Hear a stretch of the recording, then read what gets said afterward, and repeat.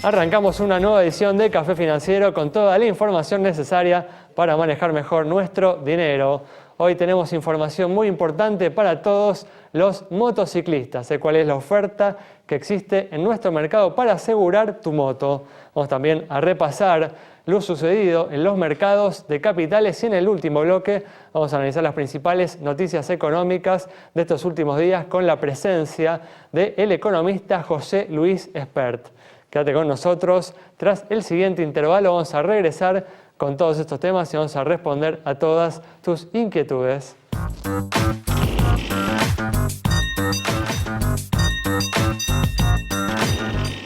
Bueno, ya estamos aquí con la presencia de Santiago Chelala, también está Yamila Escala y hoy nos está acompañando Miguel Cielonca para hacer el repaso habitual por lo sucedido en los mercados de capitales. ¿Qué tal? ¿Cómo andan? ¿Cómo le va? Muchas gracias por estar una vez más aquí. Gracias. Vamos a arrancar con los temas que tenemos para hoy. Vamos a arrancar con lo sucedido con el dólar que tras estar orillando antes, en las semanas previas a las PASO, los 15 pesos, comenzó aflojando esta semana la presión, digamos, que venía teniendo para, hoy un poco a la suba, Santi.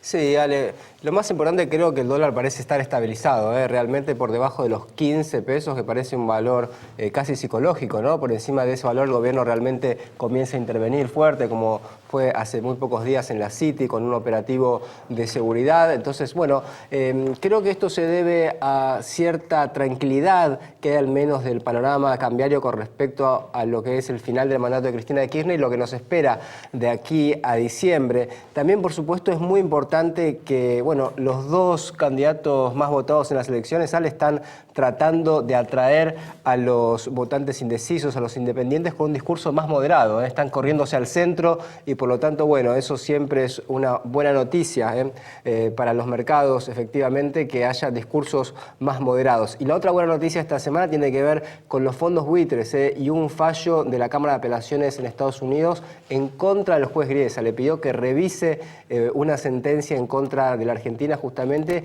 y todo esto sumado hace que el mercado cambiario esté en esta semana postelectoral mucho más tranquilo de lo que algunos esperaban. De todas formas sigue pesando, ¿no?, la incertidumbre, todavía el valor es elevado, todavía claramente hay operadores que no tienen claro que tras el final de este mandato haya una unificación cambiaria, que es lo que justamente desinflaría por completo al dólar paralelo, no al dólar blue. Sí, pero realmente hubo en el oficialismo un cambio de discurso, ¿vale? Recordemos que hasta hace no mucho el cepo cambiario era algo que no existía y ahora ya se está hablando de las restricciones cambiarias, de la necesidad de ir hacia la normalización del mercado cambiario en varios sectores del oficialismo, ni hablar de lo que es el ciolismo más puro. Todo esto, genera cierta tranquilidad. Recordemos que el dólar paralelo llegó a superar los 16 en algún momento. El patrón por el momento parece ser el siguiente: en la medida en la que mejoran las chances de Mauricio Macri, el dólar blue comienza a bajar porque se espera justamente o aumentan las probabilidades de una unificación del mercado cambiario y en la medida en la que aumentan las chances de Daniel Scioli, el dólar blue tiene una tendencia a subir justamente porque, si bien se espera, como vos, Santi, decías, una unificación del mercado cambiario, esa unificación se lo ubica más lejos en el tiempo, ¿no? Bueno, vamos a cambiar de tema, vamos a brindar, como prometimos en la apertura, información para todos los motociclistas, información muy importante, Te vamos a contar cuál es la oferta que existe en nuestro mercado para asegurar tu moto. Muy importante especialmente porque más del 80% de las motos no están asegurados en el país. ¿Qué significa esto? Que no hay cobertura por detrás si existe un accidente, hay personas lesionadas y uno estaba manejando esa moto y es responsable. Y esto, aparte del desastre, es realmente mucho dinero, ¿sí? Existe la posibilidad, y van a ver los valores, de estar asegurado por responsabilidad civil y también por responsabilidad civil y por robo. Yendo a la cobertura más básica, lo que en este momento ofrece el mercado, para un ejemplo, como siempre, Suzuki Gien 125 2015 evaluada en 20.000 pesos, estos valores, ¿sí? Arrancamos con 85 pesos para la nueva Mercantil Andina, 85 también, Integrity 87, ATM 90 y un poquito más arriba Mapfre en 120 pesos, la Caja 168 Rivadavia 203, Federación Patronal 210 pesos por mes. Esa es la oferta entonces en lo que es responsabilidad civil. Si pasamos a robo, ¿sí? Y le sumamos este siniestro también, esta posibilidad, nos vamos solamente a estas 3 compañías que son las que ofrecen en este momento la cobertura que incluye robo: Triunfo 338, ATM 352 y la nueva 384 pesos. Desde ya con valores más altos, y se van a fijar una oferta muy escasa también. El resto de las compañías que les presentamos en responsabilidad civil, llamamos, preguntamos, no ofrecen cobertura contra robo. Sí, las más específicas del sector. Como sea, importante estar cubierto al menos con la opción más económica, pero tener un respaldo por detrás. Sí, inexplicable que haya tantos motociclistas circulando, sin seguro, cuando el seguro sale lo mismo que un sándwich de milanesa o una gaseosa. La verdad que inexplicable que, bueno, esto es parte justamente de la falta de conciencia que hay aquí en nuestro país en materia aseguradora. Bueno, vamos a cambiar de tema y vamos a comenzar el repaso de lo sucedido esta semana en los mercados de capitales. Vamos a comenzar, Miguel, con lo sucedido a nivel local, en donde hubo 2 etapas no claramente diferenciadas. Un lunes con cierta euforia, ¿no?, a partir del resultado de las PASO, pero un martes que vino, ¿no?, con noticias negativas desde el lejano oriente, ¿no? Sí, efectivamente, Alejandro. Tuvimos de todo esta semana. El lunes, el festejo por el resultado de las PASO. Festejo porque la bolsa subió 6%. Y según mi visión, lo que ocurre es que los resultados para la primera o segunda ronda permiten que todos los escenarios sean posibles, y eso es de alguna manera lo que se festejó en el mercado, pero duró poco porque el martes a la mañana hubo una novedad. Hace 20 años que no ocurría esto, y fue una devaluación en China. Y bueno, al ser un evento nuevo en general... Nosotros no devaluamos, pero China sí, ¿no? China devaluó. Y efectivamente, al ser un evento nuevo genera incertidumbre. La reacción de esta semana en los mercados confirma que para el mundo de las finanzas hay algunos que dicen que todo puede resumirse en 2 palabras: miedo y codicia. Entonces, cuando gana codicia tenemos la fiesta del lunes, y cuando gana miedo, la verdad es que todo el mundo se corre. Martes y miércoles la bolsa cayó 2 y 1% respectivamente. Bueno, vamos a seguir hablando en el próximo bloque justamente de la devaluación del yuan, de la moneda china, pero ahora nos vamos a un corte. Quédate ahí con nosotros, en instantes estamos de regreso. Estamos de regreso, vamos a comenzar a responder las consultas que tenemos. Vamos a comenzar, como hacemos siempre, con las inquietudes sobre el estado de las entidades bancarias. Tenemos justamente aquí la consulta de Mauricio sobre el banco hipotecario. Para Mauricio, entonces, vemos los números del Banco Especializado en Créditos para la Vivienda. Tiene un patrimonio de 4.572 millones de pesos, depósitos por 16.726 millones y resultados positivos, en este caso, de 217 millones de pesos. Buenos indicadores de solvencia y de liquidez, cara sonriente para el banco hipotecario, y una noticia de último momento, en el ambiente bancario. El Banco Provincia está otorgando créditos para los damnificados de las inundaciones, justamente en la provincia de Buenos Aires, a una tasa muy conveniente de 14% tasa fija. Muy importante, toda asistencia que puede haber justamente para las personas que están sufriendo las consecuencias de este grave temporal. Vamos a cambiar de tema, y justamente en las últimas semanas se instaló el debate sobre el atraso cambiario, un debate que se ha intensificado justamente en las últimas horas por la devaluación de la moneda china, justamente de la que hablábamos hace un rato. Maite Peñoniori dialogó con el público en la calle sobre este tema.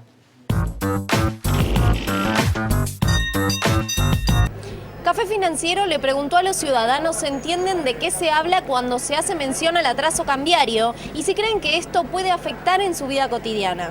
Sí, me parece que si está atrasado el dólar se complican las exportaciones y por ende el ingreso de capital. Y puede afectar en el trabajo, digamos, por ahí hay menos trabajo con eso. Sería bastante importante que se pueda actualizar todo. ¿Por qué? Y porque, o sea, para la economía, o sea, si tenemos atrasados los sueldos, todas esas cosas, y no... O sea, cuando vas a comprar algo, tu sueldo no se equipara. Sí, impacta. ¿Por qué? Porque hace a la economía en general y arrastra todo. ¿Te parece un tema importante para la actualidad argentina? Sí, porque, o sea, la base de todo es la economía en sí. Y si estamos mal económicamente, y más para Argentina, que está mal económicamente, o sea, es importante.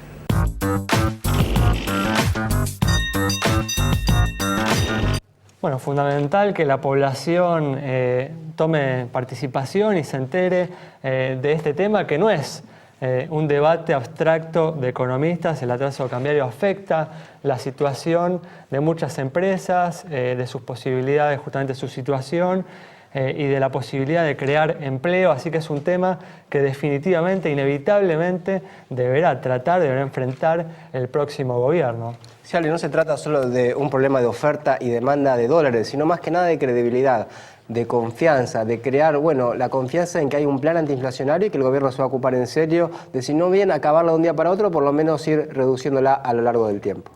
Sí, de lo contrario va a terminar afectando negativamente a un número creciente de personas. Bueno, vamos a cerrar justamente el repaso de lo sucedido en la semana en los mercados de capitales, como adelantamos en el bloque anterior. Vamos a entrar un poco más en profundidad en la evaluación de la moneda china. Bueno, justamente Miguel, contanos un poco cuáles fueron los motivos y cuál es el impacto, ¿no?, que se espera que tenga esto. Bien. Ustedes saben que el Banco Central chino, en realidad desde hace 20 años y aún el día de hoy, lo que hace es publicar un yuan, la moneda china de referencia, y hasta ahora solo permitía que variara diariamente 0,1%. El día martes por la mañana, en un comunicado, lo que informa es que ahora puede variar 1,9% diario. Automáticamente el yuan se depreció hasta el tope diario, ¿sí?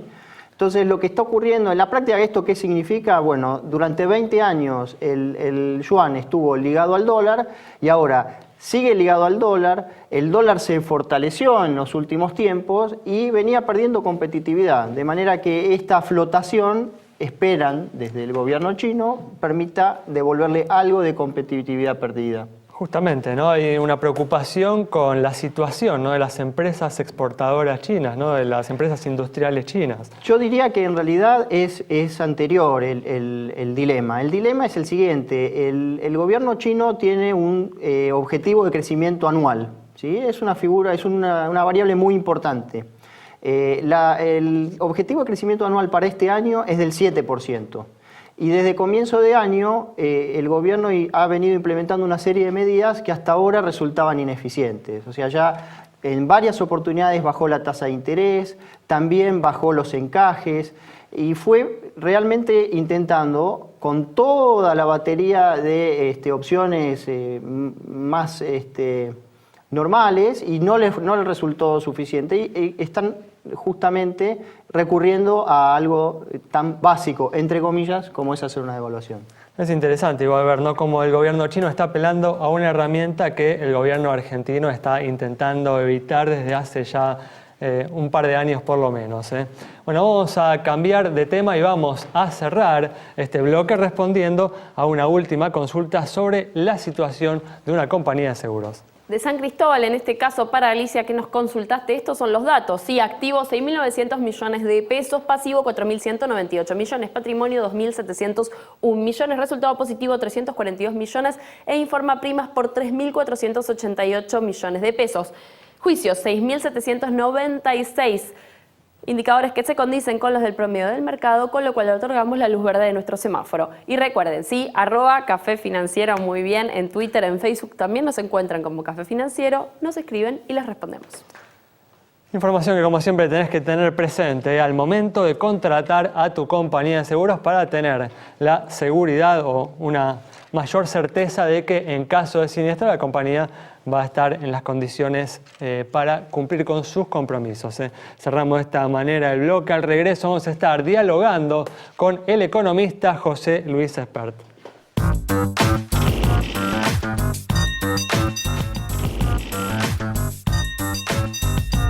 Bueno, ya estamos aquí con la presencia del economista José Luis Espert para analizar las principales noticias de los últimos días. ¿Qué tal, José Luis? ¿Cómo estás? Hola, ¿qué tal? Buenas noches. Gracias por estar aquí. Por favor, placer. Bueno, como hablábamos en el bloque anterior, una semana en la que se registró una devaluación de la moneda china que se ubicó en su nivel más bajo en 4 años. José Luis, ¿le asignás alguna importancia, ¿no? En los últimos días se habló bastante de este tema. ¿Vos te parece que modifiquen algo el panorama de la economía argentina? No, la devaluación del yuan hasta acá no. te diría que no. No mueve significativamente el amperímetro, si es que queda acá. En principio, yo te diría que el escenario más probable, si esto queda acá, se deba a un intento del gobierno chino de ir alineando al yuan con otras monedas de reserva del Fondo Monetario, como por ejemplo el dólar, el yen japonés y la libra esterlina, para que en algún momento de 2016 o 2017 el yuan chino llegue a ser una moneda de reserva. Hoy todavía no lo es, así que ningún banco central debería ponerlo en las reservas. Esto lo aclaró por el Banco Central Argentino, que lo hizo indebidamente. Si esto llega hasta acá, ahora, hay problemas económicos serios en China que pueden hacer que este sea el primer paso. En el corto creo que lo más probable es que no lo sea. ¿Qué es lo que está pasando en China? China ha tenido una sobreinversión durante un cuarto de siglo que ha derrumbado la rentabilidad o la tasa de retorno de la inversión, por lo tanto ya China no puede crecer mucho más, y menos a las tasas que venía creciendo sobre la base de la inversión. Entonces este cambio de modelo que puede avisorarse puede ser un trabajo de parto doloroso que puede traer tensiones y cimbronazos. Yo eso creo que deberíamos tenerlo en cuenta. Además, en tercer lugar, el gobierno chino cometió el error de haber emitido dinero para que la bolsa no se le cayera y ahora están con un problema, donde la gente no tiene confianza y hay mucho dinero dando vuelta. En lo inmediato, José Luis, a los efectos prácticos de la economía argentina, la soja entre ayer y hoy cayó más de un 3% en los mercados internacionales. ¿Cómo lo ves a esto? Mira, en Argentina, si uno mira los sectores que producen bienes para exportar, ni la soja es rentable ya, así que es una clara demostración que tenemos un problema de atraso del tipo de cambio fenomenal. Más allá de la caída de precios que ha tenido la soja, si uno toma el máximo de $600 de julio 2009, desde ahí hemos recorrido prácticamente la mitad. Yo te diría, tenemos un problema de atraso del tipo de cambio y esto no hace más que agravarlo, te diría. Pero ya es muy grande el atraso del tipo de cambio como para que más o menos 3% de la soja esté a niveles Hablábamos justamente de este tema en el bloque anterior. Sí.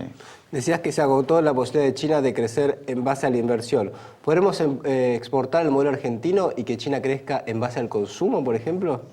No, bueno, el modelo chino se agotó, pero el argentino es un absoluto fracaso, son dos cosas diferentes. Agotarse no es lo mismo que fracasar. Argentina vive fracasando como consecuencia de este modelo basado en el consumo y no es la primera vez que lo hace. Lo hizo sistemáticamente durante los 90, durante los 80, durante los 70. China tiene un mercado interno fenomenal. Si ahora apuesta un poco a levantarle los ingresos a la clase media y a apostar a su mercado interno, por ahí produce otra sorpresa. Sí, pero no sería lo mismo que ha hecho Argentina. Argentina no es solamente un modelo basado en el consumo, Argentina es un modelo de desquicio fiscal absoluto que cada 2x3 confisca depósitos, defaultea la deuda, genera confiscaciones adicionales por una hiperinflación, ha hecho un desastre institucional fenomenal, es una economía completamente cerrada al comercio, al revés de la China. No, es diferente. Una cosa es crecer en base al consumo y otra cosa es el populismo industrial argentino. Son dos animales completamente diferentes. Uno se habrá agotado, el otro es un animal que ya ni patas tiene, te diría. Bueno, en las últimas semanas se ha instalado, ¿no?, justamente el debate sobre el atraso cambiario con los industriales, justamente reclamando una devaluación. El ministro de Economía hablando del club de los devaluadores. ¿Cuál es tu opinión sobre el tema? ¿Esperás una devaluación para luego de las elecciones? Para el próximo mandato. Bueno, la primera cosa es, ¿puede Cristina terminar su mandato sin crisis cambiaria? Yo creo que sí, es lo más probable, que no la haya. Por eso, ahora, si tuvo la devaluación después. ¿Puede haber tensiones cambiarias dentro de lo que queda del gobierno de Cristina? Sí, puede haberlas, por supuesto que sí. Tercera cosa, ¿el gobierno que viene va a devaluar? Yo no tengo la menor idea si lo va a hacer, porque ni siquiera sabemos quién es el nuevo presidente, mucho menos su ministro, por lo tanto, yo adivino no soy. Pero ahora, ¿habría que hacerlo? Sí. Ahora, habría que hacerlo dentro de un programa macroeconómico muy sólido. Acá no tiene sentido hablar de devaluar, no tiene sentido hablar de eliminar el cepo, sino un programa económico que ataque un montón de desastre que deja este programa kirchnerista sobre la mano. Pero la pregunta es si se puede mantener, ¿no?, este atraso cambiario a lo largo del próximo mandato, y si justamente la evaluación es que no se puede mantener este atraso cambiario, el próximo presidente bien asesorado estaría en tomar la decisión en los primeros días de su gestión, ¿no? Pero de nuevo, si se puede sostener o no, no tengo idea si lo van a intentar. Sería conveniente no hacerlo. Es como en los 90, hubo un momento que convenía plantarse, reestructurar la deuda, devaluar y salir de donde estábamos hacia fines de los 90. No se hizo, terminamos en crisis. De nuevo acá, ¿Tiene sentido desconocer que hay un problema de atraso cambiario? Por supuesto que no tiene sentido, porque desconocerlo solo va a implicar agravarlo, y el día que haya que devaluar, a lo mejor hay que devaluar más de lo necesario para eso. O sea, a ver, la economía no es como la planteado el kirchnerismo, una ciencia, ¿no?, oculta, algo de brujo. La economía es una ciencia social. Pero la parte de ciencia, hay cosas que la ciencia económica ha evolucionado mucho. O sea, el tipo de cambio, hay un tipo de cambio de equilibrio, hay teoría detrás del tipo de cambio de equilibrio, hay teorías que se han verificado científicamente que funcionan. Uno no puede decir cualquier pavada sobre el valor del dólar. El valor del dólar tiene que estar cerca de su nivel de equilibrio, dada lo que se hace con las variables que determinan el valor de equilibrio. O sea, es una cosa muy compleja el valor del dólar, no es esta cosa de estúpidos que hacemos los argentinos, uno diciendo que hay que devaluar sin plan, el otro diciendo que no hay que devaluar porque eso jode a la gente. Las dos posturas son ridículas. El tipo de cambio hay que tomarlo con mucha seriedad, ergo.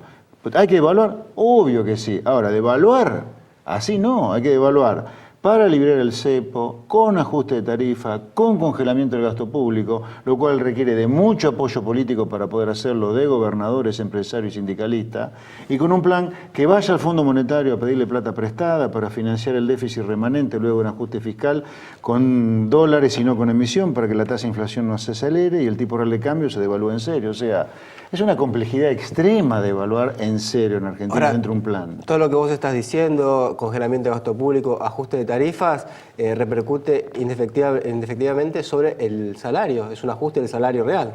Sí, sí. Otra de las verdades que hay que decirle a la gente y que ningún candidato se anima a decirle, porque todos mienten, no dicen nada en campaña, es que este nivel de salario real, Argentina no lo puede pagar, es mentira, lo puede pagar.